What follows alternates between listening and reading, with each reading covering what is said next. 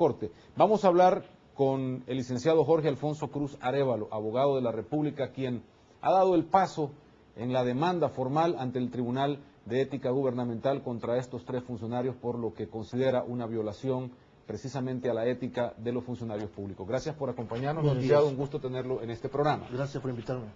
Usted ha dicho que esto no es ético, que esto debe ser sancionado.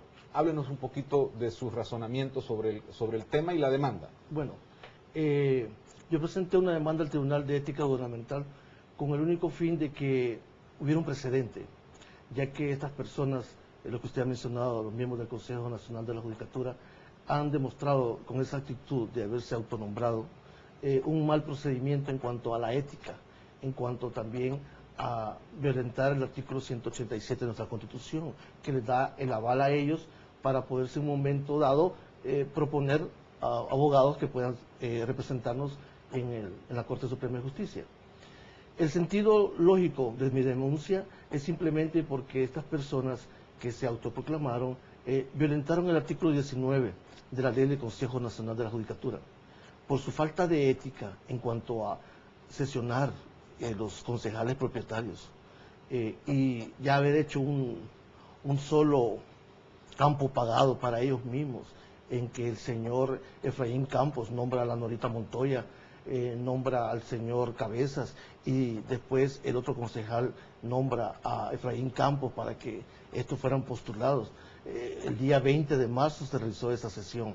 Lamentablemente, mi fin que busco es que exista una sanción. Es puramente administrativa la del Tribunal de Ética. Es puramente que ellos queden con ese precedente de que no es lógico que lo vengan a hacer. Recordémonos que nuestro Código de Procedimientos Civiles establece que los procedimientos no dependen del arbitrio de las partes. Entonces, ellos piensan de que como están en el poder de tomar decisiones como estas, ellos fácilmente se les da el aval para que ellos puedan hacer esta situación. Otros comentan que la ley no lo prohíbe. Explíquenos un poco, ¿hasta qué nivel ese argumento puede ser tomado como defensa en este caso? Mire, algunos colegas han tomado eso, más los de algunos partidos políticos, por situaciones bien ajenas a lo que yo pretendo.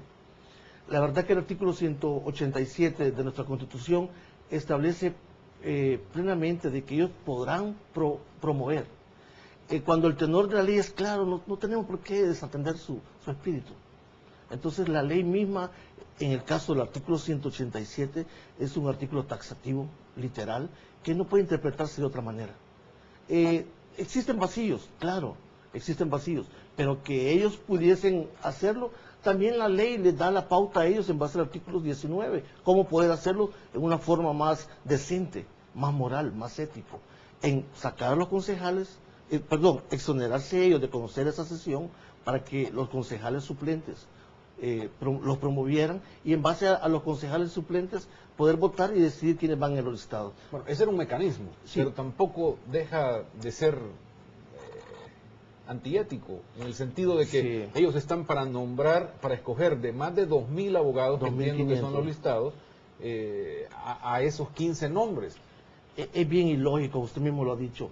¿Cómo es posible que ellos estén en una forma antijurídica, antiética, habiendo 2.500 elegidos, habiendo enfespado la cuestión de la votación? Nos hacen caer en ridículo, nos hacen caer en que nuestro gremio no tiene voz ni podemos elegir a nuestros magistrados.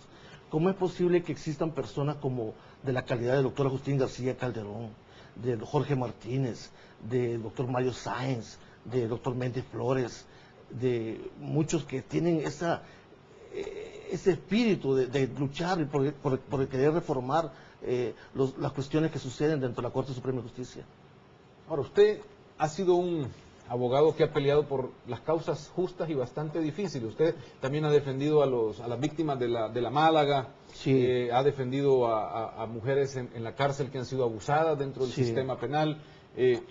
Causas que uno podría pensar tampoco se han resuelto. Eso viniendo al hecho de que quién sabe si se va a resolver realmente esto a nivel de ética gubernamental, porque usted incluso ha pedido la destitución de estos funcionarios a la Asamblea Legislativa. ¿Cómo debería funcionar esto realmente? En cuanto al Consejo Nacional de la Judicatura, por supuesto.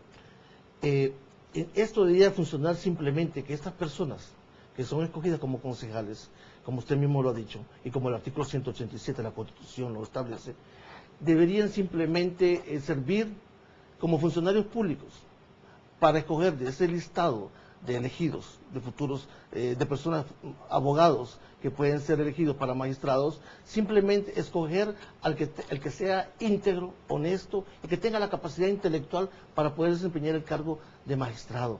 Pero al hacerlo ellos, simplemente lo que se observa, no se necesita tener un nivel de estudio grandísimo para saber la gran inmoralidad que están cometiendo. ¿Cree que le van a resolver positivamente esa demanda? ¿En la Asamblea Legislativa? En las dos partes, en el Tribunal de Ética y la Asamblea. Sí, mire, el artículo 5 y 6 de la Ley de Ética establece cuáles son los deberes y prohibiciones.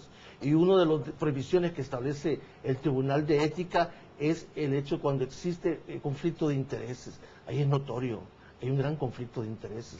En el mismo artículo 16, el 6 de la Ley del Consejo Nacional de la Judicatura establece de que cuando existe un conflicto o algo que a mí me interesa, para mí, para un cuarto grado de consanguinidad, dice, para un pariente o cónyuge, yo tengo que excusarme. Eso es lo que no han hecho. Norita Montoya, si usted ha observado, yo he observado, mejor dicho, por los medios, ella con haberse puesto el chaleco del PCN anteriormente, a pesar de que ANDA la llevó a ese puesto, ella piensa que ahora, simplemente como ella está dentro del Consejo, ella se va a imponer y va a ser magistrada, lo cual no es correcto. No es correcto. Por eso le pregunto si va a funcionar, porque lo político en esto pesa mucho. Sí, pero y ya el mismo Tribunal de Ética, a presiones políticas, incluso en la campaña, no fue capaz de definir si había habido una violación de ética cuando el presidente de la República asistió a recoger fondos para uno de los candidatos, en este caso era el ingeniero Ávila en Estados Unidos, y defendía que podía hacerlo fuera de su horario de trabajo. Sí. En esto entonces uno no sabe hasta qué punto la ética está siendo bien evaluada dentro del tribunal. El Tribunal de Ética, lamentablemente, son pocas las funciones que le han dado, le han otorgado.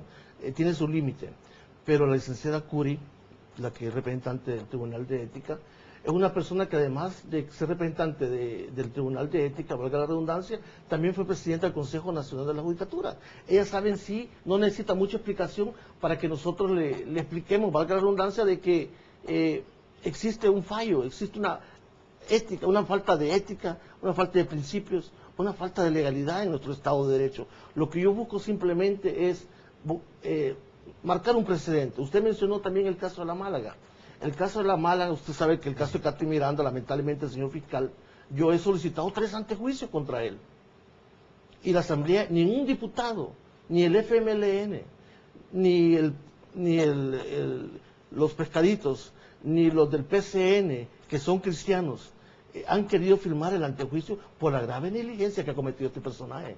He presentado un sinfín de cuestiones con lo que sucedió en cárcel de mujeres. Notorio, hubo agresión sexual, violación, hubo ímens rotos, agresiones en los sanos. Por medio de medicina legal, nos vamos cuando la doctora Novaes y simplemente viene el magistrado de la Cámara, como ya no podemos seguir interponiendo recursos, los absuelve. Es algo absurdo, pero todavía creo en el sistema. Esas dos situaciones que yo le he planteado se encuentran en la Comisión Interamericana de Derechos Humanos. Ayer recibí carta y ya están por dar su dictamen preliminar. Es que hay muchos casos que tienen que ver con la ética, ¿no? Vemos ahora el caso de la investigación de las cuentas del candidato Mauricio Funes, que ahora se cerró ayer y que se abrió en la misma fiscalía. Es decir, alrededor de todos estos temas de la aplicación de justicia, la ética y esto que estamos aplicando, ¿cree que este tribunal va a ser sensato y va a resolver? Y después de eso, ¿esa resolución sirve para algo? Sí, como usted lo ha dicho, el Tribunal de Ética Gubernamental tiene que ser sensato, tiene que acogerse al artículo 235 de nuestra Constitución cuando prestaron el juramento. Tiene que hacer respetar la Constitución. Fue creado para aquellos funcionarios que anteriormente abusaban de sus funciones y todavía se están abusando de otras funciones. Usted estaba mencionando el caso del señor presidente electo, Mauricio Funes, que en cuanto a lo que el señor Salú me dice él que le regaló.